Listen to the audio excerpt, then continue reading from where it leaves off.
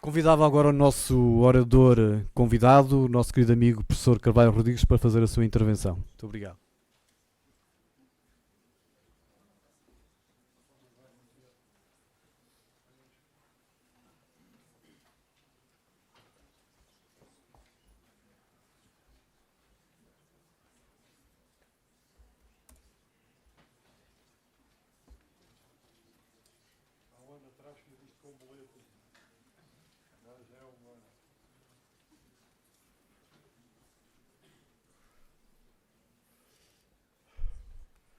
Se o meu amigo pudesse tirar estas luzes aqui de cima do palco, eu agradecia-lhe. Eu disse-lhe que tinha uma surpresa, meu caro. Podem tirar ou não? Podem apagar? Não dá para apagar parte? Diga?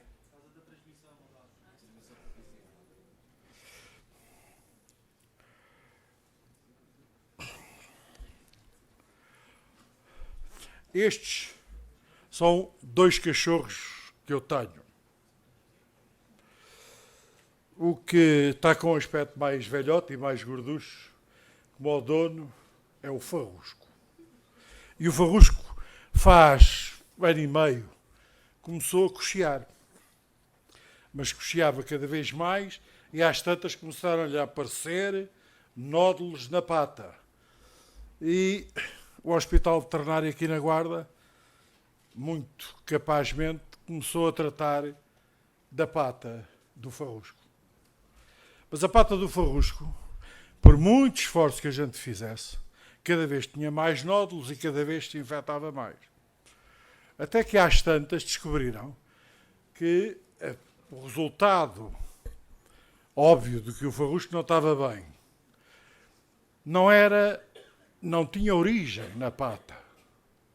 Era um cancro no fígado. Eu temo que nestas coisas de tratar do problema da interioridade, já está a tratar da pata, mas não está a tratar do cancro. E se continuássemos na senda de tratar da pata, coitado do Farrusco, acabou por, no hospital aqui na Guarda, no hospital veterinário, fazer quimioterapia, e o Farrusco tem aquele excelente aspecto com que vêem ali. Claro que o Valentim tem outro aspecto, também chegou lá à casa no dia 14 de fevereiro e nome, ficou o Valentim. Tem 3 anos. E para o Portugal inteiro, houve alguém que contribuiu decisivamente, há muitos anos. Casou em Trancoso e depois veio fazer a lua de mel aqui para a Guarda, chamou-se Dom Dinis, que foi quem fundou Portugal. Dom Afonso Henriques sonhou Portugal, quem fundou Portugal com estes itinerários foi Dom Dinis, que fez, de facto, ele, um Portugal inteiro. Mas em cada vez que a gente tem um sistema, a entropia cresce sempre. E a entropia é a desagregação das coisas. Será uma surpresa para os mais novos? Aliás, até aos 35 anos nós somos imortais, 37 e tal. Será uma surpresa para os mais novos, mas a gente um dia acaba por passar do estado de vivo ao estado de finado.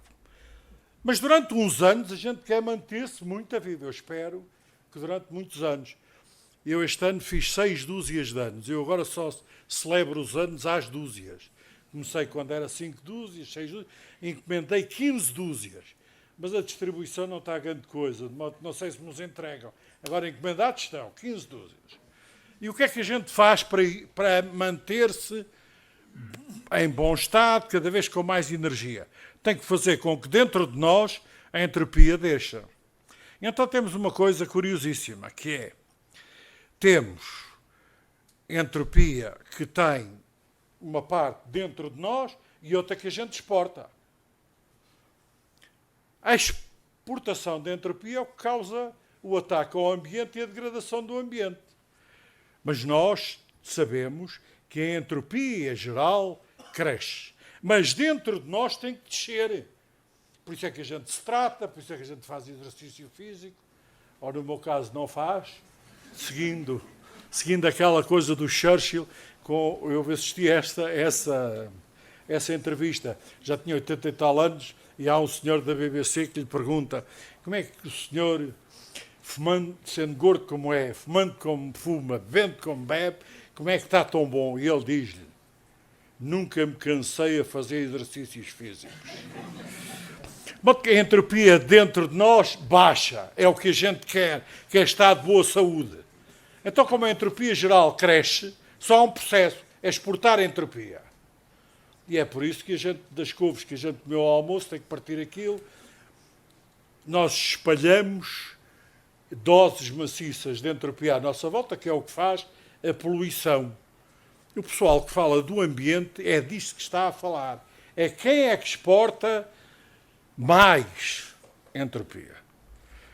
Quando é que cresce mais. E nós sabemos, desde há 160 anos, embora não seja cultural, não é cultural. Isto que eu acabo de dizer não é cultural. Tem 160 anos. Nunca se ouviu falar tanto de conhecimento, nunca se espalhou tanta ignorância. E o que acontece é que nós sabemos até como é que são os comportamentos das coisas desde 1949. Faz 70 anos. O senhor chamado Zipf. Mas tinha todos antes, o Boltzmann, etc., que é como é que as coisas distribuem, para fazer com que a entropia exportada seja mínima. Que a gente exportar a entropia tem que exportar sempre. O nosso maior ataque ao ambiente é sermos inteligentes. Nós temos este cérebro grande. 1/3 do que almoçaram é para arrefecer o cérebro. Não é para pensarem. Aliás, quando forem para os exames e aquilo não correr bem, pensem que é o cérebro que precisava mais de arrefecido. Exportamos doses maciças de entropia. Como é que a gente pode saber qual é o mínimo que pode conseguir? É muito simples. É quando tem aquilo onde se armazena a energia, que está em ordenadas e em abscissas, os números em ordenadas e em abscissas, a quantidade que a gente armazena, numa escala logarítmica dá uma reta. Quando o parâmetro relacionado com a inclinação dessa reta for 1, estamos no mínimo de exportação de entropia. Se for muito maior que 1, está a exportar, mas não é exponencialmente mais entropia. É exponencialmente a fazer desgraça. E então, nós sabemos que esta reta que está ali a vermelho resulta da reta a andar entre uma reta em que todos fôssemos iguais, ou todos os átomos fôssemos iguais, que é a unicidade absoluta. Todos iguais. Nesta situação, o consumo de energia é brutal e a exportação de entropia é máxima. Gasta-se tudo para todos serem iguais. E não fazem trabalho, exportam entropia. Claro que no outro extremo há uma reta que é paralela, que é há 1 por cada condição e é o máximo da diversidade.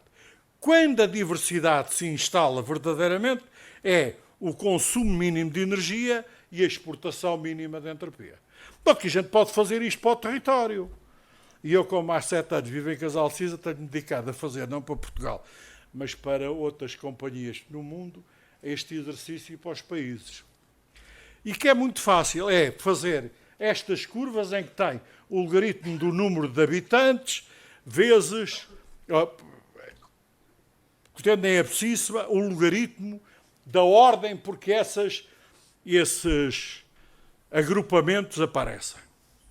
E quando se faz isso, esse exercício, para a população dos distritos, em 1900, o parâmetro do declive daquela curva é 0,6, o que quer dizer que a diversidade era imensa, o custo de energia era baixíssimo e o ataque ao ambiente, o mínimo.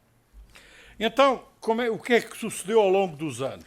Bem, o que aconteceu ao longo dos anos foi a população aumentou, de modo que aos poucos esta curva foi indo e subindo.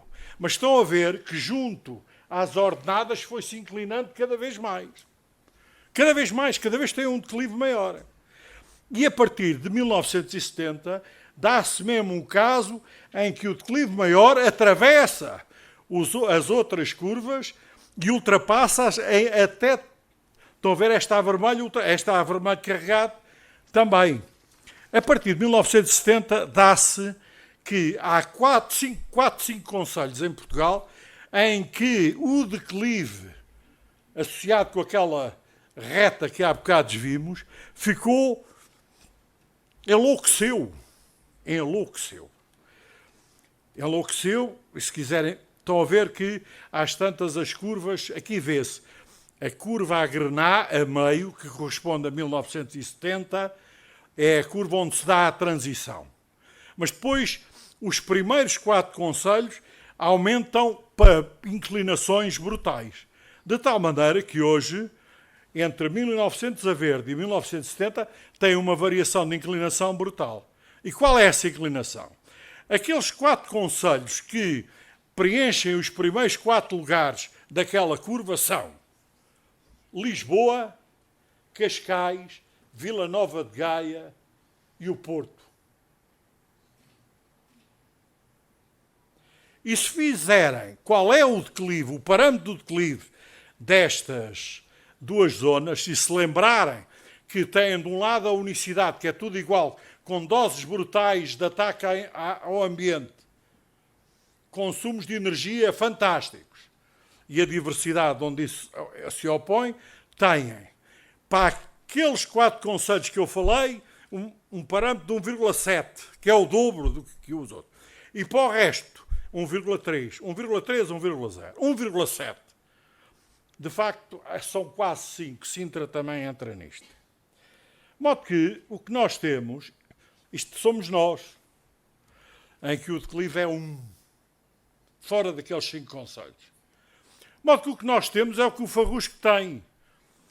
A pata está cheia de nódulos. O interior está desvastado. Mas não é preciso tratar do interior, é preciso tratar do cancro do fígado do farrusco. E o cancro do fígado não está aqui. Está em 5 concelhos do nosso país. E é curioso que a distribuição é esta. A verde é onde nós estamos. A vermelho são aqueles 5 concelhos. E esses 5 concelhos destroem tudo a energia. Aquelas vozes que a gente ouve, nós queremos muito desenvolver o interior, é que querem mesmo. O farrusco queria mesmo ter a pata boa. Só que o cancro do fígado não deixava. Porque os cancros necessitam, consomem a energia toda que a gente lhe mete e exportam toda a entropia que podem fazer. É isso que é um cancro. E depois a pessoa não se liberta do cancro, tem que ser tratado. De modo que o mundo de hoje é muito interessante porque é um mundo muito diferente daquele que é falado. Aquilo que nós sabemos hoje é muito distinto daquilo que é propagandeado. Mas muito distinto. Nós temos esta coisa fantástica que é aquela linha a grenar, os 5 concelhos e o 1,7 e o resto 1,0. E temos outra coisa, que é a organização do país que nós abandonamos por distritos é a mais equilibrada, porque é esta, agora em 2015, e é 1,3 de inclinação. Porque todos os remédios que nós temos, mesmo estes que se falam do ambiente, etc., fazem-me sempre lembrar, na distribuição exponencial que corresponde àquela reta, fazem-me sempre lembrar o handicap do golfe e do hipismo. Qualquer pessoa que começa a jogar golfe pode jogar com outro, porque o handicap é 28. De modo que se eu jogar... Eu jogava golfe, mas agora tenho dificuldade em ver a bola. Então, mas jogava. E tinha um handicap. Eu podia jogar com qualquer pessoa, porque para quem começa tem um handicap 28, o outro parceiro, que pode ser um campeão, tem que dar pelo menos 29 pancadas menos que eu para me ganhar.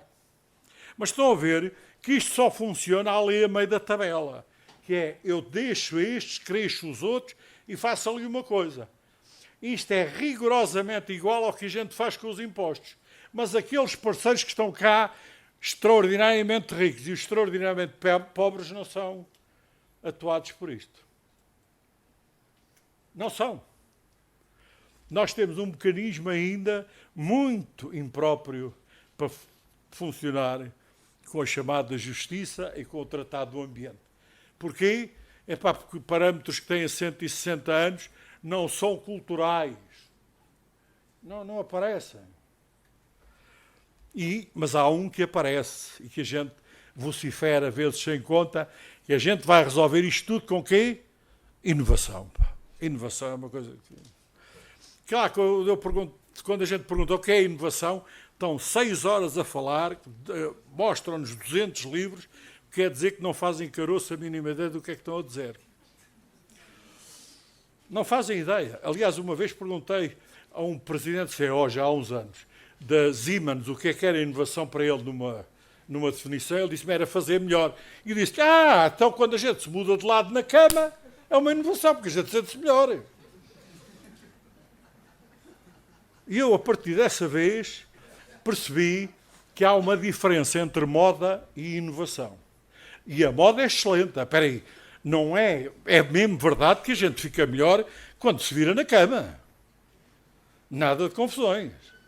Mas é uma moda, não é inovação. Então, a inovação o que é? Também é outra coisa que tem 600 anos e não é cultural. Aliás, é cultural que a gente deve gastar o mínimo de energia, quando a natureza não gasta o mínimo de energia. A natureza faz as coisas.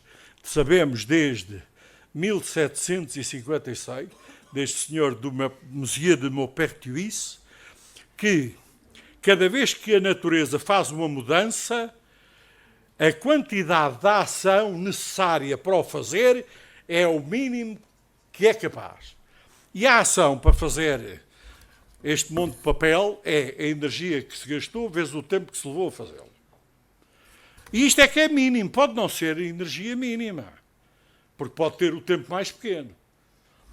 E então, tendo isto em atenção que a natureza é pela ação que julga se é uma inovação ou não, se há um abaixamento brutal da ação, houve uma inovação. Se não, é fantástico, mas é uma moda. E há um grande negócio na moda, porque a gente gosta mesmo de moda. Espera aí, não tem mal nenhum a moda, não.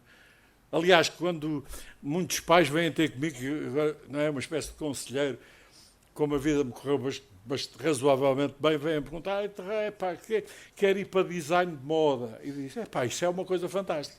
O meu negócio é que é terrível, porque a gente vai lançar um satélite, só tem direito a falhar uma vez. Na moda, se o tipo permanecer, como a rotação da moda é tão alta, há um dia que ele vai acertar, mas deixa lá o rapaz ir para fazer design de moda. Há um dia que ele vai estar em cheio, se persistir. Mas há algo onde a gente sabe que houve uma enorme inovação, mas enormíssima. Era a medicina. De modo que houve uma senhora, há uns anos largos, fez o doutoramento comigo a ver em medicina como é que era a inovação. E para medir isso é muito fácil.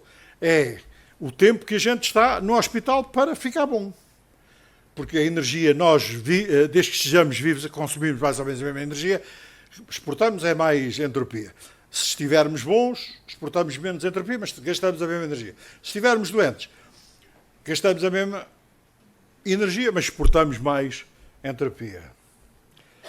E então, ela foi ver fichas de diversas doenças entre 1850 e 1950 e parou-se em 50 por causa da proteção dos dados pessoais.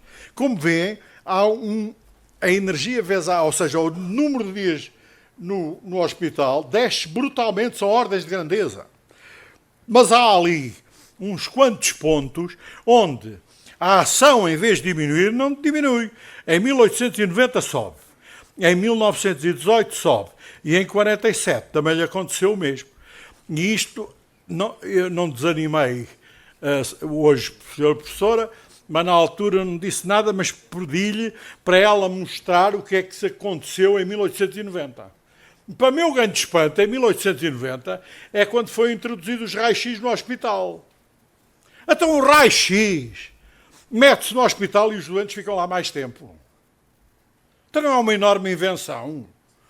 Então esta coisa da invenção não é igual à inovação? Não sei se já olharam para os raios-x. Eu não resisto a olhar para os raios-x quando me fazem fotografias íntimas a mim. Não resisto, repara, não tenho que olhar para aquilo. Epá, e então fico muito doente sempre. Porque a gente olha para aquilo e não vê lá nada. Aliás, uma vez, porque eu na altura não sabia que o pulmão esquerdo é mais pequeno que o direito, epá, faltava lá um bocado ao pulmão esquerdo, comecei a sentir dores por todo o lado aqui. Fiquei doente, morrei até saber, então fiquei bem. Mas a gente não vê nada. Os médicos, quando foi introduzido o raio-x, também não sabiam ler os raios-x. Tiveram que aprender a ler os raios-x. Então os doentes ficavam lá mais tempo.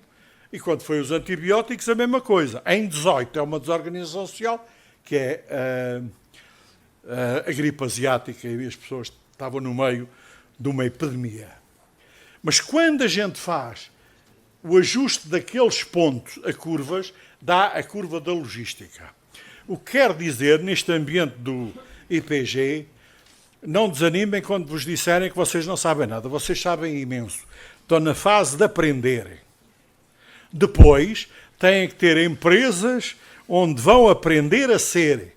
Porque quando acabarem os cursos, vocês sabem imenso, mas ainda não são nada. Têm que ir aprender a ser. E aprender a ser é ver os outros que já são. Porque a maior parte do conhecimento daquilo que é a vida normal não é verbalizável. Tem que ser a ver os outros a fazerem. Não é verbalizável. E depois há um dia que vão ser.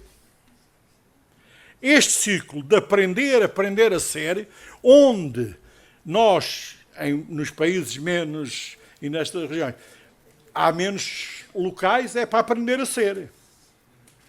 Aí é que falha, não é nas universidades. Anda toda a gente, na universidade não aprendem nada. Aprendem imenso. O único local onde é possível treinar no mesmo ambiente, ainda mesmo assim, no mesmo ambiente que se vai trabalhar, é em medicina. O resto é impossível. Em direito à economia, tudo, em engenharia, era completamente impossível. Este aprender a ser, é o que distingue a invenção da inovação. É que depois de ter uma invenção, é preciso pipas de dinheiro, ordens de grandeza brutais, muito mais do que se gastou em investigação, mas milhares, milhões de vezes mais, para tornar a invenção numa inovação. Não é de borla passar de invenção para inovação, não é? E como é que isto se fazia? Olha, hoje como se fizeram os laboratórios da Altice. Os laboratórios da Altice era um senhor professor que também trabalhava para a Telecom e fez o Centro de Estudos de Engenharia extraordinariamente avançados em Aveiro, assim como o Carvalho, que esse senhor do Sabugal, que era o presidente da Standard Elétrica, fez os primeiros transistores da Standard Elétrica. E é assim, é o professor que é professor e trabalha na empresa. De modo que esta coisa da dedicação exclusiva pode ser que seja excelente, mas eu nunca acreditei que pudesse facilitar a ligação entre as universidades e o mundo. Mas o mundo anda sempre à procura de um lado para o outro da gente contar. Porque os humanos, nós gostamos muito é de ter uma opinião e contá-la. A comunicação. O Erasmus dizia mesmo, no Elogio da Loucura, que a coisa que os homens mais gostam de ter é uma opinião. Depois a gente tem uma opinião, morre para ir à procura dos outros dizer. E aí tem havido uma enorme inovação. Isto é as pessoas de Casal de Cinza em 1925, estão lá os meus avós ali no meio, a fazer a estrada de Casal de Cinza para a Guarda. E nesta altura, qual era a ação, eu que vivi no quartel-general da NATO, para vir até à terra dos lusitanos?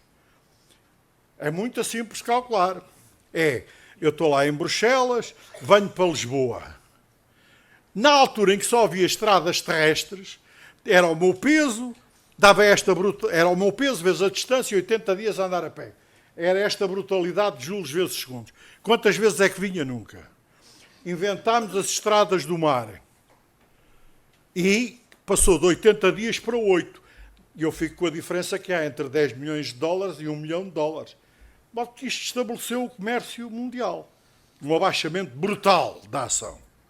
Depois inventámos as estradas do ar. E eram 9 mil minutos. Quantas vezes é que eu cá vinha? Sempre que havia festa em Casal de Cisa ia andar de barco nas regatas da Marinha do Tejo. Porquê? Porque a ação diminuiu brutalmente. São enormíssimas invenções. E não há muitas. Inovações à série, como são estas, há muito poucas. As estradas do espaço contam-se pelos dedos, são 4. Há as da terra, que foi os romanos, que depois deu origem a um direito, a uma religião. Há as do mar dos portugueses, que essa é que é a descoberta, não é descobrimento. Há as do ar dos americanos, do espaço exterior dos russos. É para transportar o corpo. E é as que há, não há mais. Até que, com o telégrafo, nós começámos a ganhar a vida. Foi mandar informação separada de comunicar. O telégrafo, a gente quando lê dados na net, não está a comunicar, está a mandar informação. Porque não está a ver a cara do outro. Foi à televisão e teve uma grande coragem de dizer não sei o quê. Não teve nenhuma, o outro não estava lá. Se o outro estivesse lá, se fosse comunicar, pôr em comum, o outro não está lá. O outro não está lá, que é um truque fantástico, eu adoro ver isso nos jornalistas, que é explorar isto, porque o outro está morto para dizer aquilo. Mas, então diz por interposta, se o outro lá tivesse, não se atrevia. Ainda bem que é assim, porque a gente assim fica a conhecer o que é que lhes vai dentro. Mas este mundo passou a ser, então, de mandar informação sem comunicar. E neste mundo, nós passámos a ter videoconferência. Em vez de ir eu, que peso, vai um eletrão que pesa 10 levantado a menos 31 do quilo. O que quer dizer que a ação é esta, é 0, não sei o quê. As telecomunicações são um enorme sucesso porque são para além de uma enormíssima inovação. A ação necessária é virtualmente zero. Mas por ser a ação virtualmente zero, não quer dizer que não se gastem doses brutais de energia, porque isto são viagens no tempo.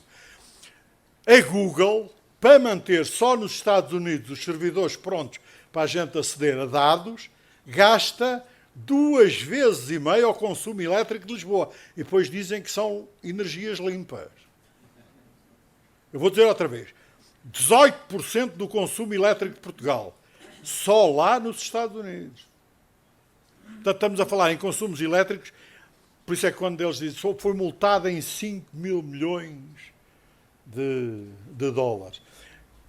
Lá o presidente daquilo deve olhar para o caixa e dizer, paga aí da caixa que eu não estou para passar um cheque. Porque quem pode pagar conta de eletricidade 2,5 vezes ao consumo total de Lisboa, mas este mundo é um mundo fantástico, que é um mundo das viagens no tempo. Porque nós não saímos do local, os outros não saem, mandamos dados, e a fatura da Altice é por não sei quantas horas, minutos e segundos, tanto. Mas são mesmo estradas do tempo. Mas sobre estas estradas do tempo, nós gerámos uma coisa que, por ter um abaixamento brutal da ação e ser uma enorme inovação, nós enfiamos-nos sem dar conta. Chama-se ciberespaço. E na cama do ciberespaço é onde estão a andar aqueles pontinhos amarelos que são os aviões, que são mercê da cooperação de toda a humanidade e também percebem porque é que há 4 mil milhões de pessoas que querem vir para os Estados Unidos e para a Europa. É que aviões há só ali, que é uma espécie de farol. Se quiserem saber como é que o mundo se vai comportar, é olhar para este farol. Este mundo é o mundo onde nós vivemos. Mas estão a ver, é naquela zona do mundo onde se gera a maior consumo de energia, a maior exportação de entropia. E é um mundo onde a gente, que lá está, por enquanto, vive bem. mas muito bem. Os outros, onde não está a haver circulação de aviões, vivem muito mal. E a gente cá por cima diz, temos que os desenvolver, mas não conseguimos, que é o cancro do fígado do farrusco. De modo que se nós conseguirmos equilibrar as coisas no mundo, para fazer o mínimo de exportação de entropia e o máximo de inovação, que é o mínimo de esforço, nós temos que resolver o problema de 5 concelhos: Lisboa, Sintra, Cascais, Vila Nova de Gaia e Porto. Se resolvermos esse problema, porque esse é que é o problema de Portugal, os nódulos e as infecções da pata do farrusco vão desaparecer. Nós nem sequer sabíamos que era aí que estava o cancro, mas é lá que está. E, curiosamente, isto não tem nada de político, é neste ambiente onde vamos eleger mais deputados. É nestes 5 concelhos que vão dizer que querem muito, e querem, não estão a mentir quando dizem que querem muito desenvolver o interior. Não estão a mentir, querem mesmo. Só que também o farrusco queria estar, era bem da pata, mas o mal estava lá no fígado, que lhe consumia toda a energia e lhe exportava toda a doença. Mas há métodos e coisas que nos vão correndo bem. E um deles é que a Altice também fez os itinerários da Altice para espalhar a grande inovação que é as telecomunicações por fibra óptica. E quando o fez, há uma grande surpresa. O Dom Dinis, em Odivelas, deve estar felicíssimo, porque a Altice fez rigorosamente os mesmos itinerários que ele tinha feito para criar o quê? Um Portugal inteiro.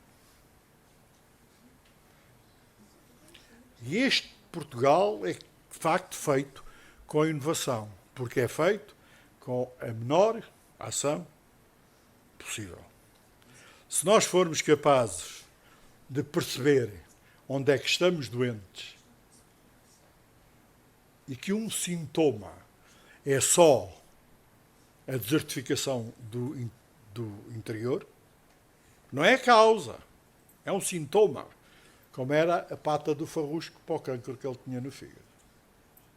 Então a gente vai voltar a fazer um Portugal inteiro, porque os cachorros aqui no interior vão estar todos de saúde. Muito obrigado.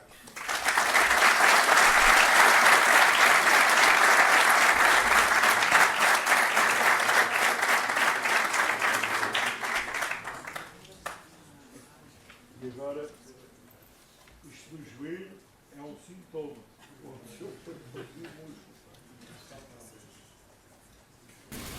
A gente tem que saber onde é que está doente, está bem? Com frieza. E não pensem que as pessoas que dizem que querem desenvolver o interior, que falam do litoral, não querem. Mas gastam lá toda a energia e exportam lá toda a desgraça para o ambiente. Já viram o que é as pessoas que falam para bem do ambiente e depois vivem no 13º andar das Torres das Amoreiras? Só para levar lá a água, desgraça o ambiente todo. Depois dizem que a gente não pode ver, ficar com água.